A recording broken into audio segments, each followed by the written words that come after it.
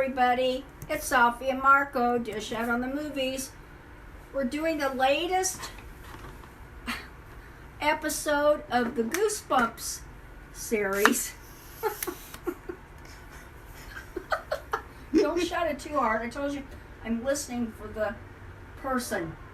Okay, that's good. Just leave it alone. You better be able to hear them. Sorry, folks. I just used my handheld camera holder thing to shut the door since Safi's blocking the way. We're expecting somebody to bring something to the apartment. Actually, our new lease, where we got a 10% increase. Oh boy! Anyway, so I have to listen for the guy. So anyway, it is the latest episode, so it's got, I don't even know, 6? Yeah. And it's entitled Night of the Living Dummy. Now let's go through that story, because people should know this is not Night of the Living Dummy at all. And so it's yet again, the thing that's the most terrible thing about this episode is the fact that this is yet again another Goosebumps show or movie where they had the chance to tell the story of Night of the Living Dummy and they chose not to. Because in the original show, they did a dumbass thing where they skipped over the first Night of the Living Dummy and they just went straight to Night of the Living Dummy 2 with Slappy. Mm. And in this, they had the chance to right that wrong. And I was like, you know, even if it's going to be terrible, it would be good to at least get that story out on screen and have Mr. Wood. But they don't even do that. They don't bother to do that. They don't have Mr. Wood. They have a British Slappy, and it's just terrible. It's awful. And it's not Night of the Living Dummy. It's some other thing. And in particular, I really think that the title, Safi, the viewers can hear you. I think that the title should have been Harold's Best Friend. Yeah. If they had called it that, it would have been fine. But they chose to call it Night of the Living Dummy. And so it's important to say, Night of the Living Dummy is about two twin sisters, and they find Slappy in a dumpster. And then for the first half of the book, things are going wrong, and you think that Slappy is alive. But then the twist is that the other dummy, Mr. Wood, is alive. And then he causes more trouble. And then he's going to take the girls slaves. He almost kills their dog. And then they end up defeating him and destroying him. And then at the end, the twist is that Slappy is alive. And he says, now you're my slaves. And so that was a really good story. Well, they couldn't do that, though. It was too hard for them, of course. And that's the thing about this show, is that there's all this bullshit about, like, we don't like change, and just because it's not the original stories, that doesn't mean that it's bad. But why are they calling... That's not the point. Well, why are they calling it the original stories? Why are they naming these episodes like Night of the Living Dummy, Cuckoo Clock of Doom, Haunted Mask? They didn't have to call these episodes the titles of the original books if these were... Because to me, this show, it should be completely divorced from the Goosebumps books. This is not Goosebumps at all. This is some thing. It's some, like, Gen Z thing. And it's terrible, it's weak, it's lame, and it's not Goosebumps. And so if you divorce this show from Goosebumps, yeah, it's okay, this episode. Like, it's a C+ episode. But since it's called Night of the Living Dummy, it has to get an F- because this is not Night of the Living Dummy at all. So, Safi, what do you have to say about those comments and about the show? About not liking change, which is just complete bullshit. No, because that's not true at all. Okay, I just want to say that. I just don't agree with giving... It just seems like in 2... You know, they named each of those, except for the 5th one. Okay, that was like a buffering, linking, connective episode between the 4 and this one. But the first four, they have kind of like their own story, but they're not the Goosebumps stories. But my issue is using the same titles. And another thing, and to have a completely different story that has nothing to do with the original at all. Not even just the object. The haunted mask, the camera. Well, and in fact, a lot of the stuff contradicts the original stories. Like the mask. That's nothing like the masks from the original story, where those were made by the shopkeeper so that he could hide his true face. There was nothing about like them being a shapeshifter mask that talks to you and things like that. Like, that was just bullshit.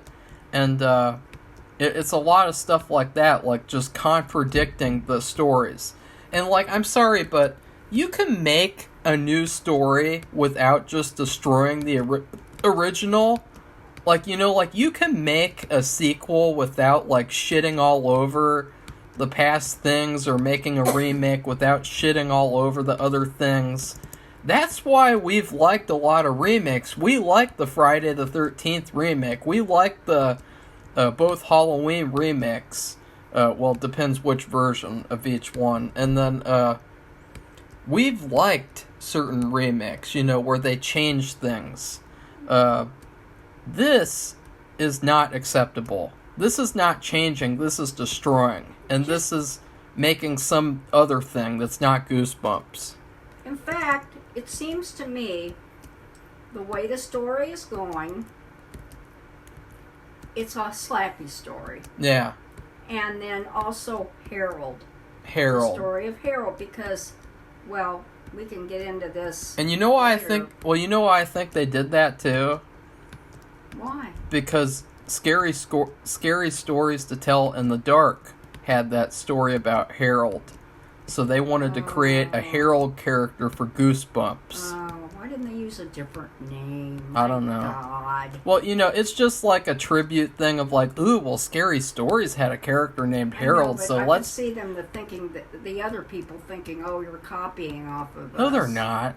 Well, I know, but they might think because of the name. And no. God, there's a million names they could have used. Jeez. No, I'm just saying that's probably why they chose it. Because, they did rip off a lot of other stuff, like Nightmare on Elm Street, for example. Like, this character is basically just Freddy Krueger Jr., really terrible looking version with terribly outdated CGI. And so, you have anything else to say about how we don't like change, apparently? That's just not true. I just don't, and I think if it was going to just be a Slappy story, which is basically what it is, you had all that other stuff thrown in, I guess, but basically it all goes down to Slappy. As usual. Which is just... So they should have renamed the whole thing Harold's Best Friend, Slappy. Or something like that. And the titles of the chapters, I don't know, they would have changed it and not made them the original titles. I just don't even see how they could legally do that without and it's like copyright infringement. Another funny thing too is like, it's so funny because it's like, oh look, we shit all over your books. We completely changed all the stories and the characters. We turned Carly Beth into an internet troll, and we turned her mom into a CUNT, and you're supposed to like that because we just changed things. That doesn't mean it's bad. We just changed things. Like, no, I'm sorry. Destroying work and making it not what it is not just changing things. And so on that note, Safi, something happened a couple of days ago that was really, really telling for how bad Goosebumps has become. R.L. Simp, he came out, Spineless Stine, actually, that's the new nickname I came up for him, Spineless Stine. He came out, and he said that it's actually a good thing that Scholastic has decided to censor all of his books and change words in them so that they won't offend imaginary children that would imaginarily get offended by Goosebumps. He said that it's a good thing for them to change and censor his books because, quote unquote, no one should be offended. And it's like... It's the principle of the thing. Well, it's also like, really? Like, you believe in censorship? You believe in changing and destroying your past work so that you can proactively not offend imaginary children who, by the way, there's no such thing as a child that ever got offended by Goosebumps. I was going to say, where's the evidence that anybody's being offended? Yeah, where's the children? Show me the children. I'm not talking about Karen. I'm talking about an actual child. Yeah, we're not talking about the pussy sensitivity readers who decided to make these changes. We're talking about actual children. There's no such thing as a child who is offended by Goosebumps. That's why Goosebumps has sold millions of copies and why it became popular in the first place. And it's still popular. I have people, as a seller, I mean, there was a while, because, like I said, we had all the original Goosebumps because I have another son who we bought them for, and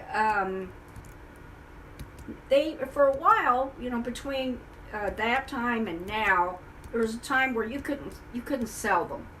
Nobody was interested, but then they got popular again, and those things are hot. So if you find those things anywhere, or if you have them, you want to sell them, if they're in really good shape, they will sell, because I've sold some. We just got at the bins. Yeah, well, I found them. Yeah, Marco found them. It was the Snowman, Beware the Snowman one that sold. And it was in perfect condition. I would also suggest to buy the old copies of the books, because they are the ones that haven't been destroyed by these pussy sensitivity readers by changing words like, instead of saying crazy, Safi, they say silly. Oh, that's really silly, or that person is silly, instead of saying they're crazy. Because a child is really going to get offended by that. Ooh, no. And meanwhile, in this show, you have Slappy commenting on the virginity of teenagers. Like, that's pretty funny. Like, oh, that's not going to offend children? But then, really. but then talking about someone being silly or crazy in a book, that's going to offend children? Like, what a bunch of little bitches. And also, I have completely lost all respect for R.L. Stine. I don't like him at all. The fact that he would come out and defend. I mean, they did this behind his back. They went behind his back, and they destroyed his own books for no reason at all. I guess he was just grateful they didn't burn them. For him to defend that is just sickening. And so I don't have any respect for him anymore. And you want to know why we got this show? Because of him. I blame him. I don't even blame the shitty people who made this, who wanted to destroy Goosebumps, these cultural terrorists. I blame R.L. Simp. I blame Spineless Stine. What do you think of that, Safi?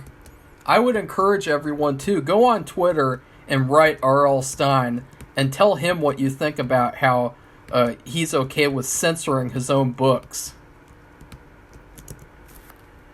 Safi? Whatever. I'm not going to do that. You're not going to do that? No. I already did. Well, that's fine. Good. I called him a little bitch. Marco! That's exactly what he is. What a spineless piece of shit. Well, I can't believe that he would do that. I know.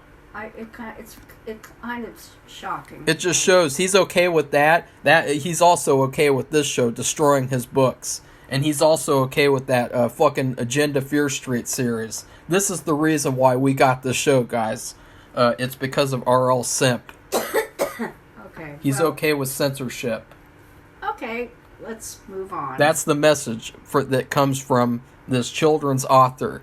That's the message that he wants to send out to all these children and all these people all over the world. You should be okay if a big company goes behind your back and censors your books for no reason at all, so that they won't offend non-existent children of the future. Think children of the future are going to read these books, Safi? No. They're going to look at TikTok and watch videos of other children twerking and fucking doing weird ass shit that they do on TikTok They're not going to read anything. They're too lazy to read, and so I think it's sickening. And I would also encourage people too, if you have the old books, make copies of them, and then if other people want the books, just give them copies of the book. Don't sell it to them because that would be illegal, but just give them bootleg copies so that they don't support Scholastic Books buying the censored version of the books. Oh. Right, I was Safi? gonna say, what? Yeah. Okay. Well, I think we should talk about the story. Well, I felt like that was important to talk about too, yeah, because I think it is too. I didn't know. Sickening. So anyway, like I said, it seems to me that despite each of these stories, which were about each of these kids, like the Cuckoo Clock of Doom, and the camera one, and the haunted mask, and say cheese and die, and the haunted mask, and all that stuff, and the worms, go eat worms, whatever. Really, it all comes down, it all leads to Slappy. So basically, this is a Slappy story. Everything's always about Slappy. We already have a Slappy World Series. And now basically this is a, what would you call it, a ornamental or decorative version of Slappy. Because you have all these different, and they never, this is another thing that drives me crazy, using titles of books that were used before that has nothing to do with what's in the book. It's nothing about change, I just don't agree with it. Okay? If they wanted to call, since all the stories link up, because all these kids have parents, and all these parents in this story, they know Harold because they go to school with him. And he's new, and they've met Slappy. And we'll talk, I don't know if I should say it now, but... Well, we're going to go through all of it. We're going to go through that. But anyway, they're all linked together. So, they should have called it something else. You did forget something else too, Safi. What? You forgot that in the movies it was all about Slappy too, remember?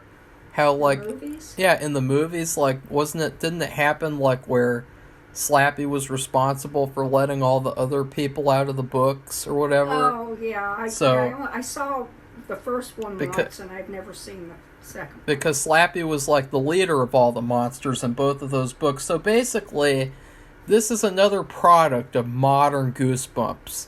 It's all about Slappy. It's all about Slappy, even though he's not even the best character in the series. And in the original books, he has his own books. Yeah. But he's not in Cuckoo Clock of Doom. He's not in Say Cheese and Die. He's not in the Haunted Mask or Haunted Mask 2. But and honestly, Go Eat Worms. And honestly, R.L. Stine, he wrote all those Monster Blood books, and honestly, I like Monster Blood more than I like Slappy, because I think that there's just something fun about those books, because they're not so repetitive, I think, a little bit. And then I would also say, too, the fact that they really should have had Mr. Wood in this show. I don't understand why they couldn't do that. Like, they could have had Slappy as well, and then they could have used him as a red herring in the same way that he was a red herring in the book. You could have had both dummies or something. Like, I don't understand why they couldn't do that.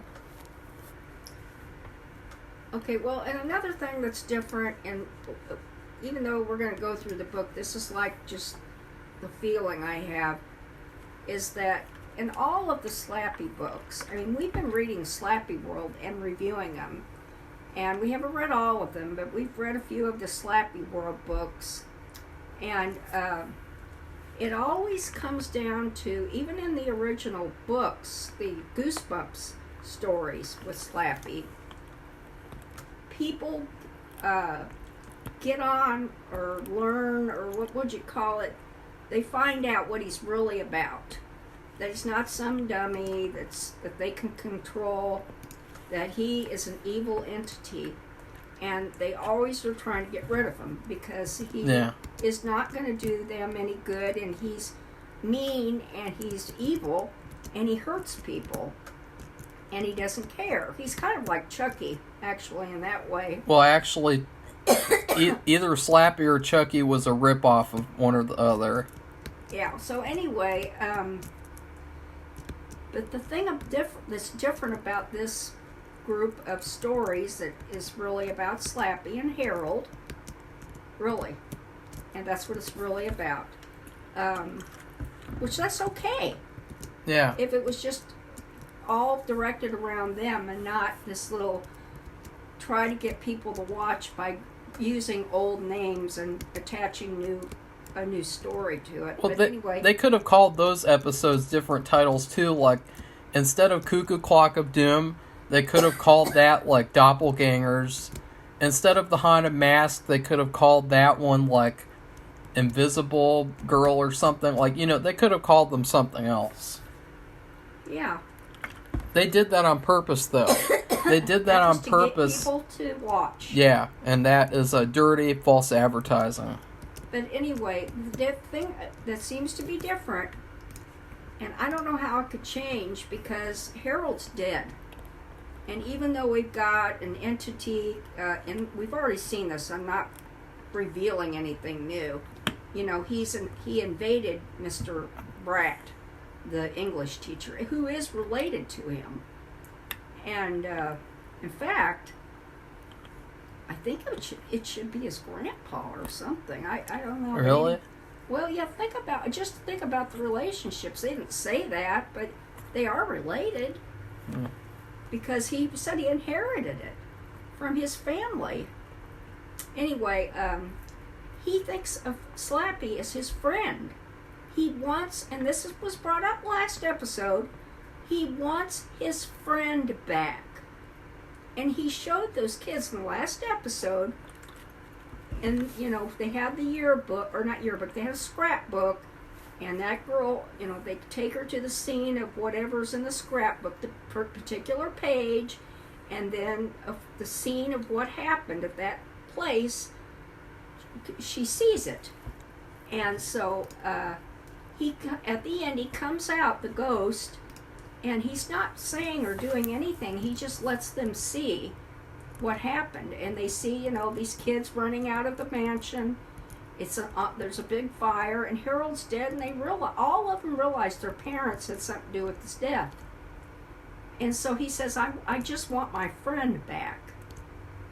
So, he doesn't see the evil in him. Well, let's go through the story though, because you're just jumping to the end. No, that was the end of the last episode. Yeah, but at the end of this one, we see the whole picture, and I will say too, this episode should have just been last episode. Like last episode was completely pointless. Like you don't even need to watch last episode basically you don't. To understand this one. So. This episode should have been combined with the last one. Yeah. And I also think that girl was done dirty. The girl, Marco. She didn't get the same treatment. Yeah, she didn't get, any story, basically. She got this shitty little scrapbook filler story that just led to this. And it's like, that's kind of dirty. She deserved, an actual story. Yeah.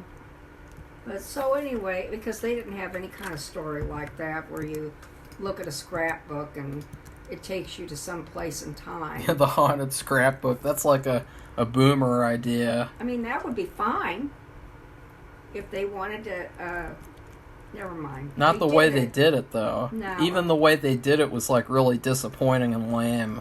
Well, it was something that they had to do, and they didn't really want to do it. They were being forced to do it. So, anyway, let's go on with the episode. You want to start? Well, they remember that at the very, very end, Mr. Bratt comes out, and they're like, they don't know what to do. They just found out their parents were involved in Harold's death, and they're like, and he says, I just want my friend back. See, he doesn't see the evil in him. He still can, and he's dead. You already mentioned that, Safi. I know that, but I just don't get it because it's never happened like that. And so Mr. Rat, comes out and he says, "You want to know what this is all about? What happened? Why this happened?" And I was like, hell yeah, I do, because I want to see Justin Long more than I want to see these shitty kids, except for Carly Beth. He brings them in, and they all sit down with him, and that's how the story begins. And so it starts off with this really rushed backstory with this magician guy who's a failure. He's Harold's great-grandpa. And he's a failing magician, and then he finds this dummy named Slappy, and already I have something to complain about, because Slappy, I really like the look of him, actually, although it's a little modern, his look. Maybe it's just because of the color grading, where they sucked out the color of the show. He kind of reminds me of Elvis or something. He looks like a 50s. Well, yeah, that's what I liked about it. I liked that he looked like vintage, kind of. But, anyways, I like... he's British. And he's got a British voice. I hate that. I think that's not really good. That wasn't a good idea. I don't like his voice at all. So that would be the big thing I'd have to complain about, is that he looks good, but I don't like his voice. Why couldn't they just get one of the 3 guys who voiced him in the old show? Like, why couldn't they do that? That's 3 people to choose from. Yeah. And none of them could do it? No. Or they didn't even bother to ask them? They didn't bother. Because they suck. So, the magician, his story, and then he gets popular with Slappy, because Slappy tells all the jokes. And in exchange... he's basically kind of manipulating this magician so that he'll do something evil for him when he wants him to later. And it's just so rushed, because, like, they show his wife and for 1 second, and she's like, "We're not going to be able to pay the bills." And then 10 seconds later, he's famous. And she says, "You never spend time with us anymore." And she's had a baby. And then 10 minutes later, she's like, "You have to choose between me and him." And he's like, "I choose Slappy." And it's like, that was so stupid and so rushed and so, like, contrived. And I really feel like they could have let that breathe, that story. They could have, as I said, combined the last episode and this one, because that was really rushed. And then in the 60s, he's not very popular anymore because people are tired of dummies. And the stage manager, he is able to turn the stage manager into a dummy. And he teaches him a spell. And it makes, if he says it, and it's like 4 words or something. Yeah. And it does seem like a spell. And as soon as he does it, you can see his face, and he turns into wood. And but we don't know what happens to him. Yeah, what happens to that guy? Like, he's the stage manager. Like, what about logic? Like, what happens next? He's still there. Like, so that doesn't make sense. And so then you see. Well, no, there was another part. Now, I did not get this, and I thought about rewatching it, where they were paying these 2 men to rob somebody. They were? Yeah. Oh, yeah. And I didn't really get it. I don't know. I don't know. And as somebody said, this is the first time I've ever had to rob something, and I didn't hear what it was. And so I think he uses that. That's the money he uses to get that house in the States. After he turns him into wood, then he doesn't, the magician is upset about it. He doesn't like it. That's why I'm saying that's why Harold is completely the opposite, his attitude, from anything else, even his great-grandpa. Because Slappy has manipulated him into thinking that he's his only friend. We're not to that part yet, Safi. No, I know, but still, he locks him up in a case, which is that suitcase that's kind of his size, and that you see in the end, the one they're carrying out of Harold's house. He locks him up in there. Yeah, it's really convenient for him to just defeat Slappy by stuffing him in a case. Which is hilarious because it never works and has never worked in anything else we've ever read or seen. No. So there's another thing. And so he goes to the United States, and that house that Mr. Brad, where he is and where Harold grew up, that's the house that he bought. He's the relative who died. So I don't know what all his genealogical connections, which is so funny how I've done all this genealogy, and it's kind of, I don't know, it's suspicious. Anyway, that's the house. And what does he do when he's at the house? He walls up Slappy's case behind bricks. You know how you'll see these scary short stories where somebody walled up a spouse or a maid or something they want to get rid of, or a woman who, had a baby out of wedlock, the daughter or something. They wall them up in there. Just all the things I've read, basically, all these mystery stories. And he's completely covered up in bricks, a layer of bricks in the wall, in the case. Okay, so then years later he dies, and Harold's parents come with Harold, and Harold has an aquarium full of ants, or no, worms. Worms, Sorry. And so I thought it was a tarantula, and that's what I thought too. That was a mistake on my part, but it's really just a testament to how bad the show is, because, the way that they tell this story is ingenious, because he walks into this house and they play this shitty song and it says, "I don't belong here, I don't belong here." And it's like, wow, that's such amazing storytelling. He feels like he doesn't belong there, and they're playing a song that says, "I don't belong here." And it's like, what the fuck has Goosebumps become? And then did you notice that song, Safi? I almost called you Slappy. So anyway, his mother she's very contrary, completely all the time. She's almost like a Karen. Yeah. But his father is he's very warm and encompassing and loving to him. He's helpful too. And helpful. He calls him a pet name. Hair Bear, which was cringeworthy, but whatever. It is, but it shows a difference in attitudes between the mother and him and the father and him, which I don't know if it's really that important. But, so anyway, they talk about school, and apparently the school he went to, there was a problem. But they don't talk about it. So, They probably caught him having sex with a ventriloquist dummy. Anyway, and so they're trying to encourage him because, he said all these schools are going to be just alike. And he's not hopeful. But his father gives him a present. And guess what he gives him? It's the Say Cheese and Die camera. And this is another thing that was terrible about the episode, is that they're giving all these stupid origins to these items that, never actually happened. Like, how does that explain, like, what...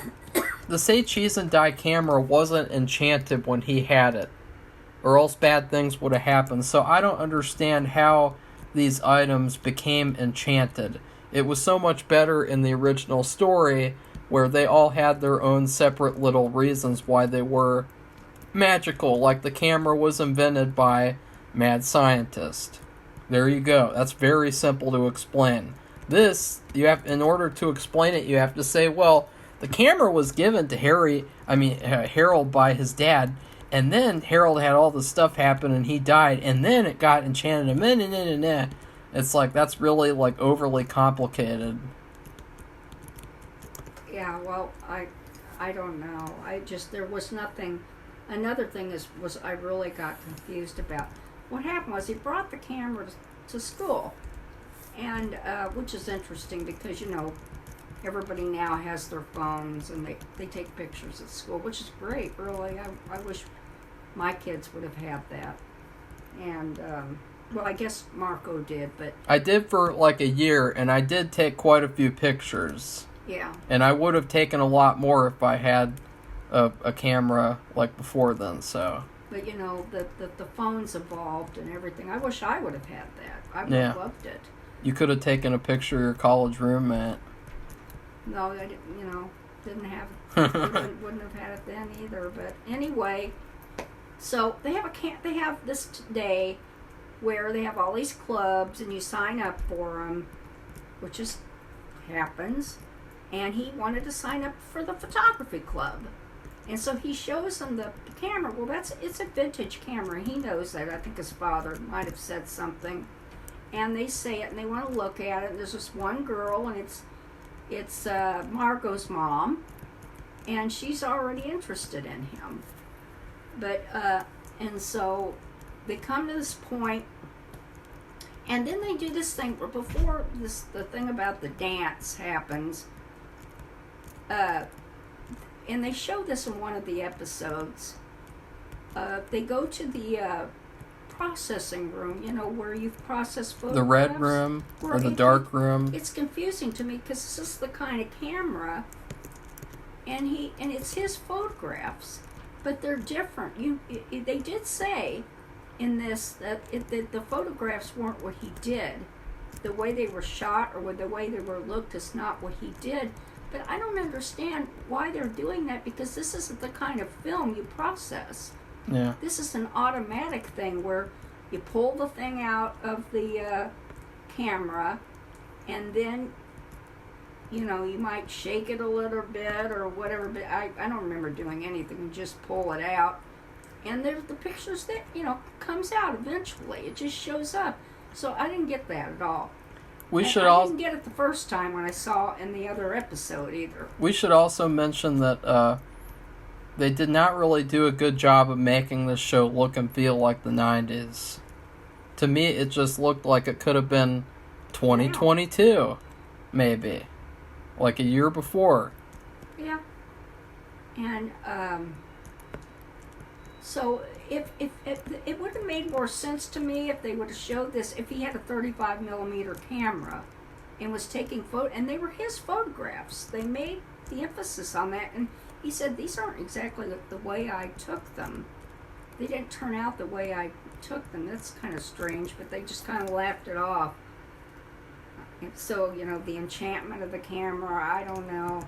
It wasn't anything bad. It was just different. Yeah, like a picture of the haunted mask, for instance. Yeah. So, then they come to this thing. They're going to have a dance, and she says, "Are you going to go to that dance?" He says, "No." And he said, "Aren't you going to go with this guy?" And she said, "No, we're not a couple." And so so she's kind of hinting. You can tell she wants him to ask her, but he's not comfortable with that. And then you see him, and he tries on different clothes he has to see how cool he could look or whatever, and he ends up, he doesn't go. So you go ahead.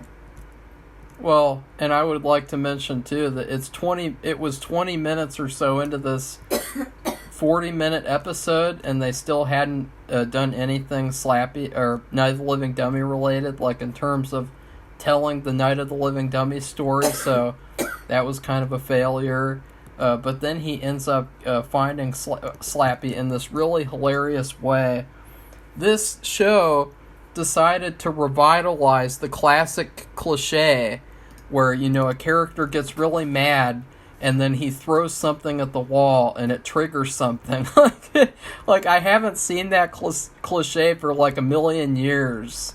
Like the only one that I can think of is in The Ghost of Mr. Chicken, where Don Knotts throws a book at the bookshelf or something and the secret passageway opens up. Like that's the only, and that was in the 60s. So it's like, God, you brought that cliche back. Wow. That's really ingenious, and so that's how he discovers Slappy is. Well, he knocked it. He was mad because his parents. I don't know what they were questioning him because he didn't go to that dance. Maybe that's what it was. He got mad at something, and he was throwing things around, and he threw something, and it bounced on the wall, and you could hear this sound like something broke, and he went over, and that's where Slappy was walled up. I just said that. I know. Well, then they had the opening, and he pulled. So it's like, look, guys, it's like I got a water bottle right here. It's like this is how ingenious the show is. Like, look, like I just threw the water bottle somewhere, nothing happened. But it's like if I was in the show, some magical passageway would have opened up.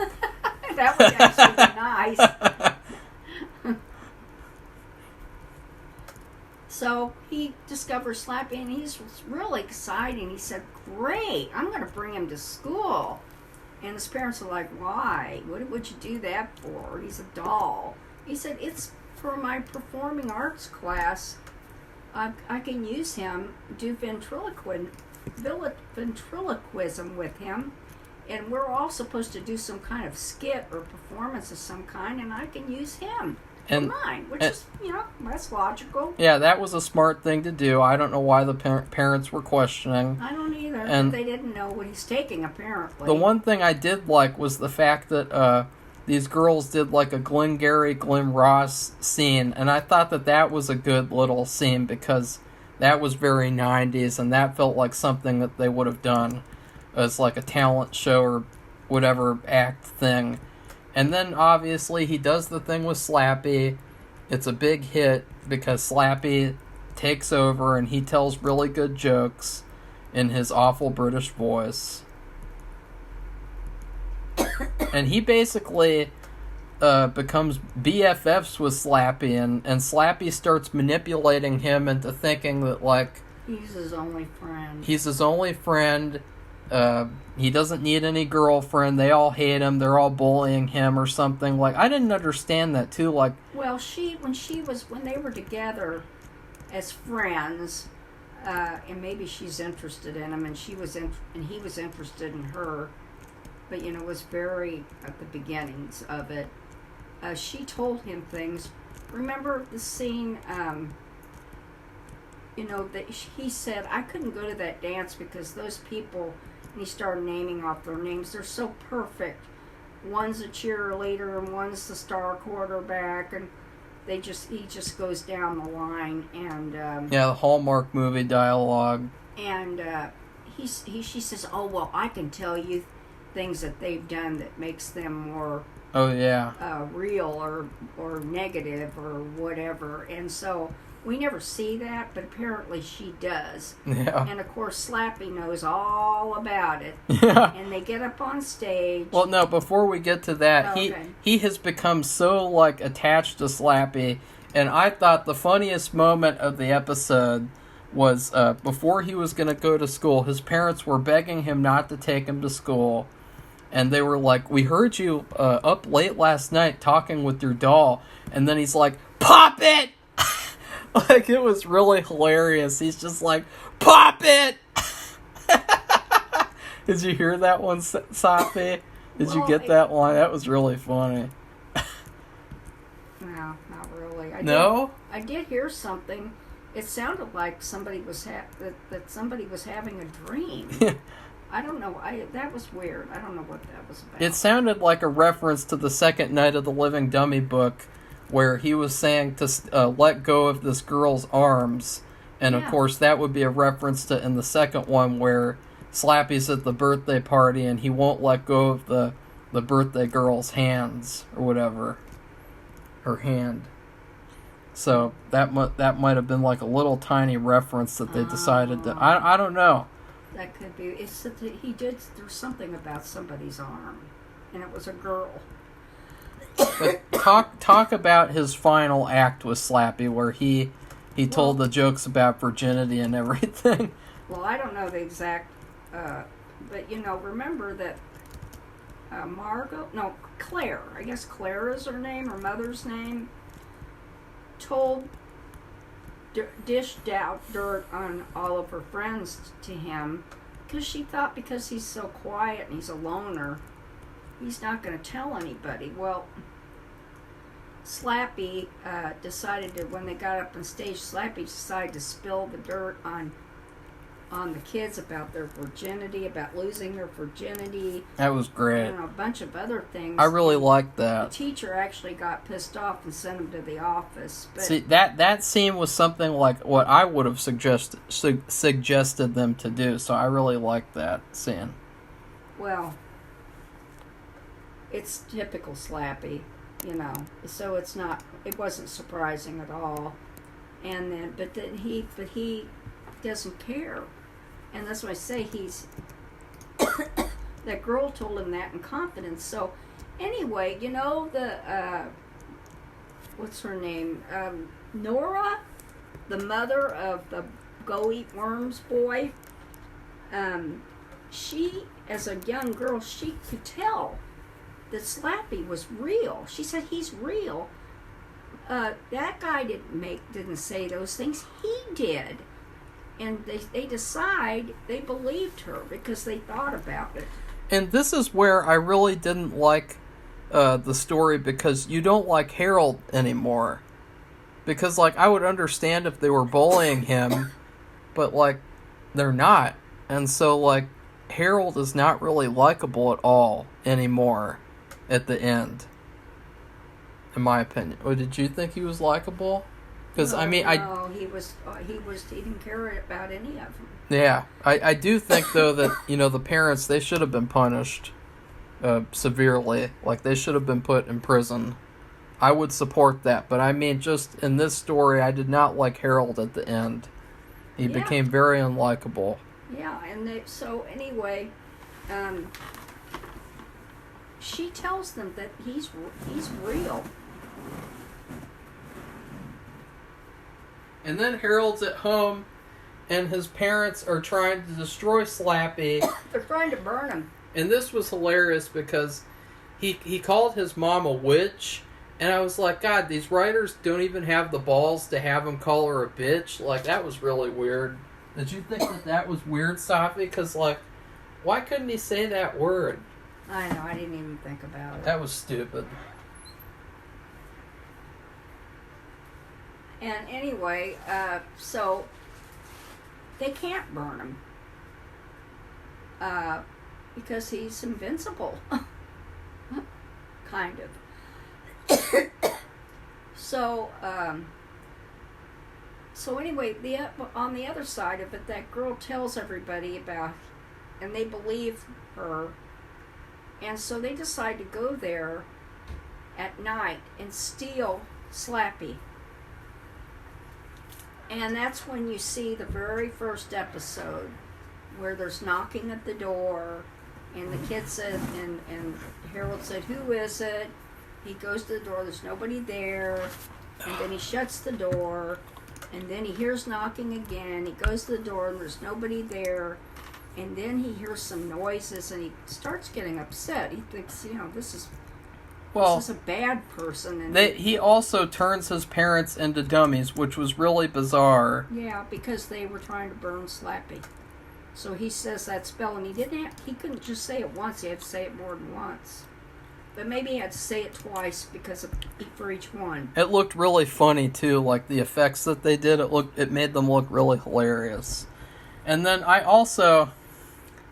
Slappy couldn't burn for some reason, which was really bizarre. Like, that's totally fan fiction, because... We just read a Slappy book where I thought they burned him. No, they did the explosion and he just flew away, remember? Oh, yeah. And we didn't even see what happened to him because R.L. Stine couldn't handle it. Couldn't handle writing that. So... Then the kids end up trying to, they go in there and everything goes wrong, and they set the house on fire. Well, they showed him in the first episode, they showed it again. He lit a candle because all the lights went out, too. And so he doesn't have a flashlight, so he lights a candle. And it gets knocked over and sets everything on fire. Well, just a certain area. and him. And they leave, they get the dummy, and they leave the house. And then Claire wants to go and save him, and it's too late. It explodes, and he dies. And then there was this really bizarre thing that happened outside where Nora, she said that she just knew that Slappy wouldn't burn. And I thought that was really queer. Like, how does she just know that Slappy won't burn? Because they suggested throwing him in the fire, which is like a logical thing to do. And she's like, I just know that won't work. And then, I don't know. And then, but she's the only one that realized he was real, that he was alive. So maybe she just has a gift or a knack or a way that she observes things that other people don't. Well, I didn't get that, how you could even come to that conclusion based on what? I don't know. That's what I said. She was the only one who was knowledgeable enough or would go out there as to suggest that he's really alive. And so what do? They do exactly what the magician did. They just stuff him into the case, and they go bury him somewhere where he can't ever be found. Like, again, just so convenient. And never talk about it again. Yeah, very, very convenient that he could be defeated. And I just think, too, this is not a great character because it's like he's so weak that you can just pick him apart and just bury him somewhere. Like, wow, that's really a scary villain. Like, what's he gonna do now? Like, I mean, they even ripped off his head. They took off his fucking head and just disassembled him like a fucking Lego or something. And then they took him away. Like, it was so easy for them to do that. It was kind of ridiculous and kind of again, queer. So what happens at the end?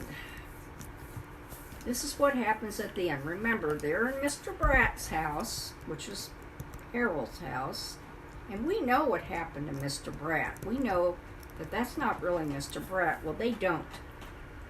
And then, but one of them says, Mr. Bratt, how do you know all these things? And Mr. Bratt stands up and turns into Harold with the flames first, and then into his ghost. And says, because I'm really Harold. And that's how it ends. Yeah, that was actually my favorite part of the episode. Because Justin Long did such a good job at acting. And I was like... Well, they were being kind of disrespectful. Yeah. He is their teacher. And, at the school. And, they were saying, can't this story, when he's talking about the whole story with the great-grandpa and all that, and they're saying, can't the story go any quicker? Do you have to talk about, they were being kind of rude, and so he was, saying, really? He gets really emotional, and it's just amazing. It's like, I wish he was just the star of the whole show, because, like, he's so good that I would just say every episode's an A+, because of his acting's just that good. Yeah. And then at the end of the episode, he turns into the Freddy Krueger Jr. and he just looks really fake and awful, and that was shitty. And so I would give the episode a C+ reluctantly, because if you divorce this episode from Goosebumps and just pretend like it's its own thing, you can say, like, yeah, this was okay. It felt like the episode that should have been last week for episode 5, and it felt like a decent story, I guess, like a kind of like a in the middle story where it's like, yeah, this is not really Goosebumps material, but it's still pretty good, kind of. It's just not really great at all. It's still very, very like, yeah, this is not Goosebumps at all. Safi? What? Well, I gave it a C+. I gave it a B, but I do not like and this is because I don't like change. If I didn't like change, I'd be a lot different person than I am. But I don't like the fact they're using other titles and putting different stories. And then they connected them all. Remember, the Goosebumps books were not connected at all. Except for like the Haunted Mask 1, Haunted Mask 2, and maybe Monster Blood. And, you know, there's exceptions, I know. But they could have said made this whole thing Harold's best friend. Harold's best friend, or whatever. Maybe they've come up with a lot better title. What could that be, Safi? That perfectly describes the story. It's Harold's best friend. You know, people always are looking for something a lot catchier. I don't know, but you want to make it succinct and brief. And that would be best for the episode. Yeah. For the show, I don't know. Call it Gen Z trash. That's what you should call it. Well, I'm not going to say that, but anyway, the thing is that they don't cover. Now, I did wonder, like at the last episode, and even the first episode, where was his parents, and how did he happen to get up that house? So we found out the answers to those two questions. But what's going to happen? So let's say they get Slappy. They find him. They don't know where he is. The kids, they can't even get their parents to talk about it. Remember, in the episode, and we didn't say it, the parents, when they were after the house blew up, or just the room blew up, or it was more a distinctive area, because that rest of the house didn't seem to be affected. The kids said their parents as kids, they said, we're never going to talk about this ever again. And so they haven't even been able to find out anything. They haven't been able to find out what happened or what it was about, and they wouldn't have found out anything else. Like, where is it? Where's Slappy? And who's Slappy? I mean, they don't know any of that. Then now they do, because of Mr. Brad, or I should say Harold and Mr. Brad. I would also say it's stupid the fact that he told these kids his whole origin and what they're gonna do, because what was that like? What did that accomplish? Like, because he's telling them he's gonna get revenge on the parents. So like now they have. I don't think they think that. They don't? Nope. Yeah, they do. I don't believe it. Safi, come on. I don't think so. But anyway, so what are they going to do? Well, we don't know. But what does he want them to do? He wants his friend back. So let's say they happen to be able to find. I mean, they already know the story. They don't need their parents to tell them the story. They just need their parents to tell them where it is, or somehow find out surreptitiously. And so they find out where it is. They get Slappy. Maybe they put him back together, or maybe they bring him in the pieces in the container. And then they bring it in there. Then what happens? Probably what Marco said, and I didn't even think about it. Yeah. He gets put together by Harold, Ghost, or whatever, or maybe Mr. Brad, because Mr. Brad is able to fix things. And then is he going to get revenge on all all their parents, and or the kids? Kids didn't do anything, but because that's Slappy and Harold and their friends. And is this where Harold will draw the line? I don't know. Because so far he doesn't think Slappy. He's on board with everything Slappy does, which is not unlike anything we've ever seen or read. Well, the thing is, though, is that now Marco's mom is single, and so is Harold going to be still interested in that woman? Yeah, but she's alive and he's dead. So what? I mean, he's alive through that guy, though. So he could technically try to stay and be with her. But I don't. No, oh God, I hope that doesn't happen. I don't see it. But as far as harming her, that might be another story. that he wouldn't want to harm her, and that's where Harold might draw the line. So we'll see what happens. Those are just my questions, because what's going to be the outcome of that? And I never thought about the revenge. I don't know why, because it's so obvious. Well, the next episode's called "Give Yourself Goosebumps," which doesn't make any sense, because So it's a new thing. Well, which one are they talking about? Like, there's a million stories in that series. That's the one you have to find You find your own ending. Right. And so, there's like, a ton of those. Which one are they had a talking bunch of those about? too. Like, why did they call it that? That's interesting. Yeah. Okay. Well, anyway, so that's our grades. Marco gave it a C+. Yeah. I gave it a B, because I thought it was I thought it was cohesive. There were certain things, I guess, like how the magician, how he could just not want to be with his family anymore. But some people like that, even with their work. They just they don't want to have they don't have any social contact with anybody else, just with what they're doing. They're just so, like certain scientists. So I could see that happening. So anyway, so I thought it was a pretty cohesive story, pretty straightforward and Justin Long. Every so often they would show him, and he would, because he's telling the story, and they tied everything together. They answered some of my questions, which I was happy about.